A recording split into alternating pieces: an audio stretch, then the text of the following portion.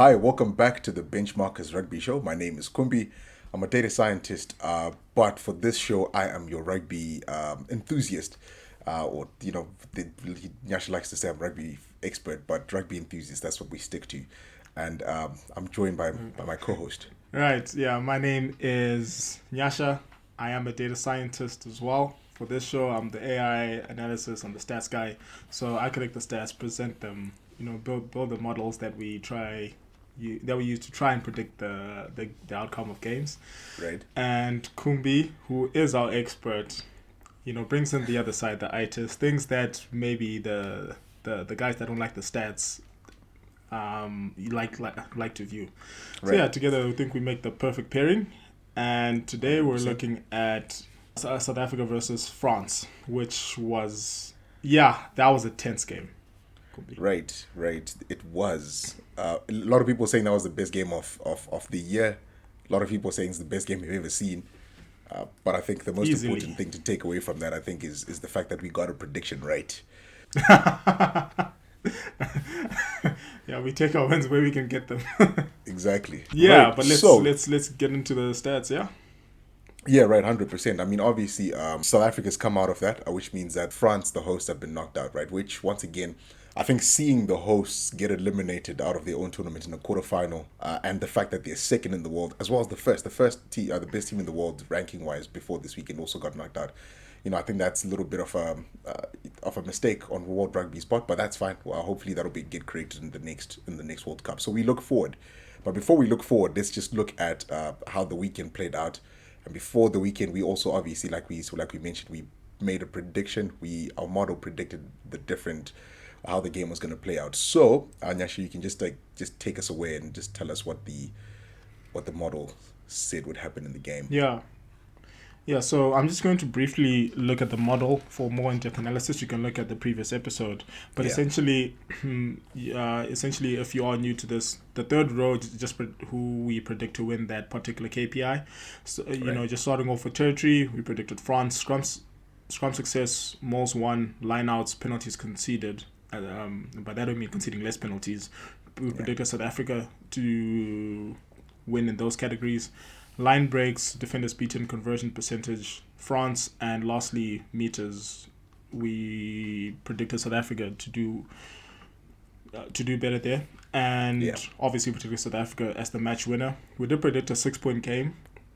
Obviously, it wasn't. This was, I do have to agree. It's the best rugby game I've ever witnessed. And when you Yeah. think about it, it seems like everything mattered. The charge down, Pollard's 53-meter kick, everything mattered, Right. you know. Right. Right. So that is what the model said. Now we're going to look at what actually happened Yeah. and go over that. But I don't know if you have Yeah.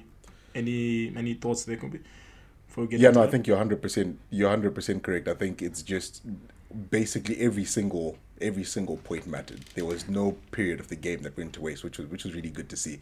So I think yeah, that's basically all I have to say. So let's we can just jump straight to the overview of the game, right? So if we look Yeah, at just a full picture of how the game played out, obviously South Africa won.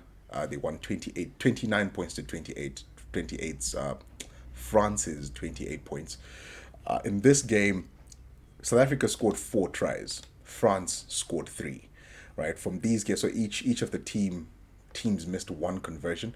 Most notably, obviously, like Nasha mentioned before, there was Kobe's charge down on Thomas Ramos's conversion that ended up mattering quite a bit in the end. Right, I know there's a little bit of a debate on how the timing of was Kobe a little bit too early, but he was because I think we've seen the wider angles. I think he was quite there was perfect timing really. So that was a very critical moment in the game. Penalty goals, right? So obviously France, which France was basically because we know that France is really good at goal kicking, right? So they had 3 penalty goals to 1, which I think just to also address one of the things that happened in the game when Faf. I know everyone was complaining about Faf kicking the ball away in the 78th, I think, minute. It yeah, makes sense because if you seal off at that point, you know how lethal France is in your own half. If they concede a penalty in that moment, you know that you're probably going to concede in that, and you're leading by 1. So I think France was really good at taking the points when they were available. And then, interestingly enough, right? So we said we thought South Africa was going to be a lot like really ball dominant, But at the end of the day, France had more ball, right? So they had 60% possession and 63% territory. So they had quite a lot of the ball. And we'll look at the attacking stats as well after this. But France, they were clearly the attacking team according to the stats. And I think the one thing that South Africa did was they took the opportunities when they were available. So yeah, that is so essentially that is how the overview of the game. So now we're just going to break it down into the three main components that we like to look at: the set pieces, the attack, and the defense. Right. So Nyasha, do you want to take us away when it comes to the first part, which is the set piece? Yeah, of course. Right. Yeah. So just looking at the scrums, France had 9 scrums, South Africa had 8. Scrum success 56% for France, That is which a low is number. quite That's- low. Yeah. Right. And that's a really low. Right, with South Africa 88%. Yeah. Of course. Bomb squad Now effect. looking at lineouts, right? Bomb squad effect. Now looking at lineouts, France had 12 lineouts. South Africa had 5 lineouts, 100% each. Right. So Right, impressive. they in the set piece, in that part of the set piece, they were even though France got more lineouts. Yeah. But yeah, so it looks like where South Africa was dominant was the scrum. Scrum Their time. scrum success. Scrum time. I think it's Bomb we squad all know time. it's coming, right? So like with the bomb squad and everything, we all know it's going to come. You can only do so much. I think that the team that did the best so far this year, well, I guess All Blacks did quite well with the scrum with the first test in Auckland, but Ireland, right? So essentially, like for example, in South Africa, I mean, the stats don't really say who won which scrums at what point, right? So this is just an overview of the game. But especially in that 40th to 50th minute when Ox and Chair comes in, right? I'm a really firm believer that Ox is the best. I don't think he's the best loose head prop in the world, but I do think he's the best scrummager in the world. When he comes in, I think his first scrum was a penalty. He did concede a penalty there, so which is where I think that's the one scrum that they lost. But even that scrum that they lost, they were still quite dominant. It's just I think they just got it wrong a little bit. Technically, they were just a little bit off. But once Ox comes on, then you know it's going to be downhill from there, right? So that is where South Africa gets their dominance. So even when Itzebeth was off, because that's why they brought on a guy like Ox, to come in. So that's how they managed to weather the yellow card threat, or at least the yellow card period. They didn't really lose that. I'm not sure how many points they conceded within that period, but France didn't manage to basically get ascendancy during that period because of that scrum. So I think with South Africa, you really have to weather the scrum. So that's going to be very interesting in their last 2 games to see how their opposition teams are going to address that bomb squad issue because it is imminent, right? So yeah, that is the set piece. Right, so moving on to attack. Now, with attack, we'll give a bit more context as well. I think Kumbi will really speak more of it. But starting off with defenders beaten, 43 defenders to 12. Now, of course, we know with how South Africa was playing, with the rush defense, of course they're going to be beaten, but that kind of doesn't matter, right? What they want is just to... I mean, it's a high-risk game, but what they want to do is disturb, right? So that's one of the reasons the status is so high. Meters, 524 to 424, so exactly 100 more meters. Passes, 156 to 82. Obviously, right. France. France's passing is actually really good, and they had to pass more. Yeah, Rucks won 103 to 56, which this one was not expecting that, but yeah, offloads 13 to South Africa's 2 offloads, right? Yeah. Dominant carries 82 to South Africa's 36, and kicks from hand basically the same 24-27. So yeah, but these are the stats, but it could be with the context. Yeah, I think, no, you actually hit the nail on the head right there. I think the way South Africa plays is like they actually don't care about, defenders beaten. I think we'll also look, I think their tackling numbers are actually quite shocking. But it's not really a matter of like, well, you're supposed to go in and just make the hit. It's all about directing the traffic towards, wherever they want to, or just putting the pressure on the attack, right? So whether that's, I know back in high school we had a coach who essentially, if you make a kick, if you're defending and your opposition tries to make a kick, but then you charge it down, they dummy you and everyone goes, woo. and then you then come in. But the fact that they wanted to make a kick, and then you put them under pressure, and then they weren't able. They weren't able to, and they ended up, coming back into traffic. That's basically what South Africa does, right? So they don't really care about, okay, no, we've got missed tackles and all that stuff, right? So that doesn't really matter. It's all about, well, let's just put the attack under pressure. We'll then direct them the way we want to. So even that rush defense as well in their front line, right? So that's where all those offloads are coming in, because France was trying to make those miracle passes and all this, and sometimes it was paying off. I think South Africa was under pressure. I think we have to be, especially in those first few moments of the game. But what South Africa did do though is, you see, like for example, the kicks in hand, right? So I'll mention two kicks in hand. I think they were the first two tries of the game. The first one was Libok, who cross kicked, and I think Walkie tried to catch the ball with one hand. I don't know what he was trying to do there. But that's where I think it was Kurtley Orense who scored on the right side of the field. Second one as well, off a turnover. Jesse Kriel gets the ball from Peter Steff, and then he just kicks it. Kobe chases, and then once again it's a try. So it's all about so I think South Africa's attack was more effective. I think they basically fed off the scraps. So I think that was a very interesting way that the attacks handled the defense, the different the separate defenses as well. Yeah. And I mean, the kicking was clever, because if you look at Lebok and he's kicking, right, when he's kicking like crossfield, right, his vision, kicking to forwards, right. So if he's kicking to forwards who obviously can't catch the ball, that makes it significantly more contestable. Absolutely. Right. Whether or not we actually catch it, their forwards are not going to catch it. So it was very, very intelligent kicking. Right. So just moving on to defense. Right. We look at, again, so tackles and defenders beaten, similar story, where South Africa made a lot more tackles, obviously, if they're rushing, but their tackle success was lower. But again, for them, it doesn't matter, right? Obviously, if you look at other top, like tier 1 nations, right, their tackle success will be much higher.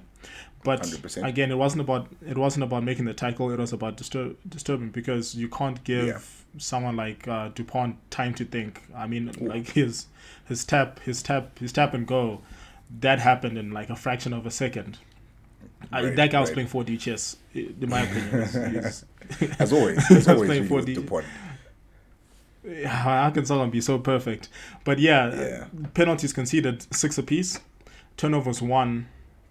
8-5. 88-5. Is that correct? That's 8-5. That's 8-5. Okay. Sorry. Sorry. That's just a bit of a typo. We'll correct it when we have the version on your screen. But so turnovers is 8-5. Yellow cards 1-0, which is interesting, because I think this is South Africa's first yellow card, and it couldn't.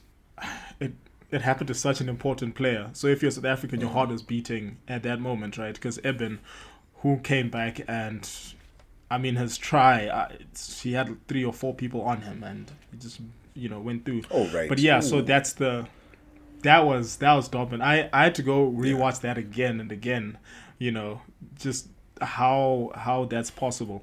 But yes, so those are the defensive stats. Yeah. I think here it's also important just to note. So once again, as we've mentioned before, right? So it's not just about a stat, right? So getting stats right. It's all about the timing of the stat. When does the stat come? Yeah. So for instance, if you look at things like penalties conceded, I think South Africa, if I'm remembering correctly, they had a lot of penalties early on in the game where they were under pressure. I specifically remember a guy like Kitshoff. He got penalized a couple of times. One at the scrum, I think another one at the breakdown as well. But it's now in the critical moments of the game, soon after halftime, right? So where once again, your bomb squad then comes in, puts pressure on your forwards, and now, because you're under pressure at the set piece, then you start conceding a little bit more. So that's when. So it's all. So you see 6-6 penalties conceded, but it's not. The 6 aren't the same.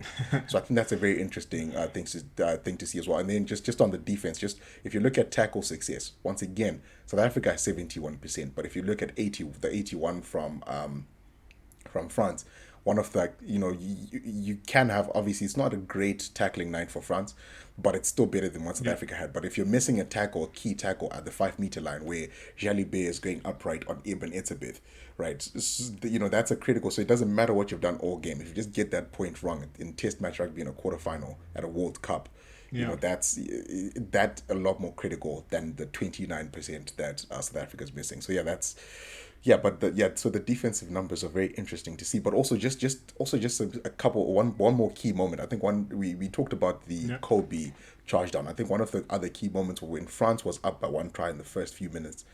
It's a bit as well. I think it's a bit for me. Had it not been for the yellow card, he should have won the man of the match, because I think they were going Yeah. wide. He then shoots up the line just before they. I don't know who was on the attack. Maybe it was what's it, Beari, or you know, their number 11. So when he Yeah. basically goes and shoots up, instead of knocking the ball down, getting a yellow card and penalty try, he then positions his body and his hands in such a way that he knocks it back, and then South Africa get the ball back. So I Yeah. think that it's those key moments that South Africa win. It's all about the key moments. This is why they're defending champions, really. So yeah, so that is how the game played out. Yeah, absolutely. So these are the stats, and we hope you appreciate the effort to put into the models. You know, just Right. try predicting the game and providing context, but also our post match reviews, looking at the difference between the models and what happened, and also just providing context, Yeah. because stats are meaningless without context. Right. Right. The ultimately right. So yeah, that's the game. Of course, we maybe need another episode to talk about the draw, because it kind of feels like you're being punished for being Right. good, Right. to Right. some extent, Yeah. right? Because now we have world number 1 and world number 2 gone. But And if well, you're number five a before this. oh yeah, but if you're a yeah, and if you're a hemispherical fan, hey, big word. You know, Yeah. the northern hemisphere, the northern hemisphere giants are gone, Yeah. and Right. Right. the southern hemisphere. I mean, in all likelihood, it will be a southern hemisphere final, Right. and Yeah. almost certainly Yeah. a southern hemisphere victory. Right. So that is the analysis. And again, thank you for the support. Thank you for the comments. We read Absolutely. them, appreciate them, and yeah, could be. Yeah, 100%. And don't forget just to leave a like, comment on the video. Sorry for the noise, traffic outside. Hopefully that's not too disturbing. But yeah, thank you so much for watching, and we'll see you in the next Yeah. video. Okay, All guys. right, Cheers. cheers.